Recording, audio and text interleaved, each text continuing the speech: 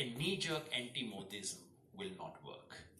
And I'm afraid much of what I see coming from opposition is actually knee-jerk anti-Modism. Whatever Mr. Modi does, even if the man ends up doing something nice occasionally, we get up first thing in the morning and, this is bad, this is, because we get into this knee-jerk reaction. And what it does is that it actually delegitimizes that criticism in the eyes of the public completely. What would also not work, to my mind, is simply opposition unity. Opposition unity is in vogue, that's being talked about every day. And I certainly would not write off the simple mechanical effects of opposition unity. Yes, aggregation of vote makes a difference. Of course, in Uttar Pradesh, it will make a huge difference. Even in Maharashtra, how the exact configuration takes place will make a difference, etc. So I don't mean to undermine that. But what I'm saying is that, you see, for me, I'm looking at everything from the vantage point of that Swadharma. Does it help secure that Swadharma or does it not? That to me is the single. Viewed from that viewpoint, opposition unity doesn't deliver much.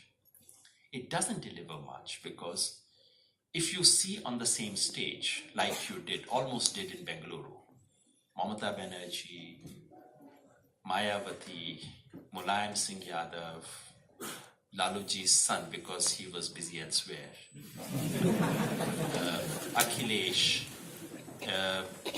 Sharad Pawar, and everyone on the same stage. And then you tell me that you are going to deliver democracy? I mean, you've probably not read West Bengal's newspapers to believe. I mean, what Mamata Banerjee did in the local elections recently, if that is not strangulating democracy, I don't know what is murdering democracy. And so this Mamata Banerjee would stand up and say, I will save democracy. In Maharashtra, I need not say very much, but when Mr. Sharad Pawar stands up and offers me corruption-free India, I don't know how to react. When Mulayam Singh's party stands up and says they would defend secularism, I know what Mr. Azam Khan has been saying. I do read Hindi newspapers.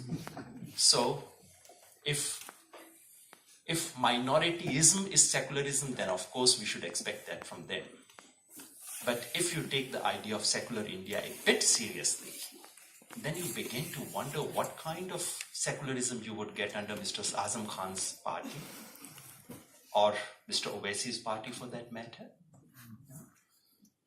And I would not be surprised, although this morning Professor Parshikar told me that the chances are very little, if Shiv Sena were also to join this secular camp. I mean, they can overnight develop secular convictions. So, yes, opposition unity is important. It makes a difference. But do we need something more than aggregation of votes? We do. Elections increasingly are about selling dreams, selling a vision, even if they turn out to be bad dreams like the 2014 did. When you see this get together on the stage, dream is the last thing that comes to your mind.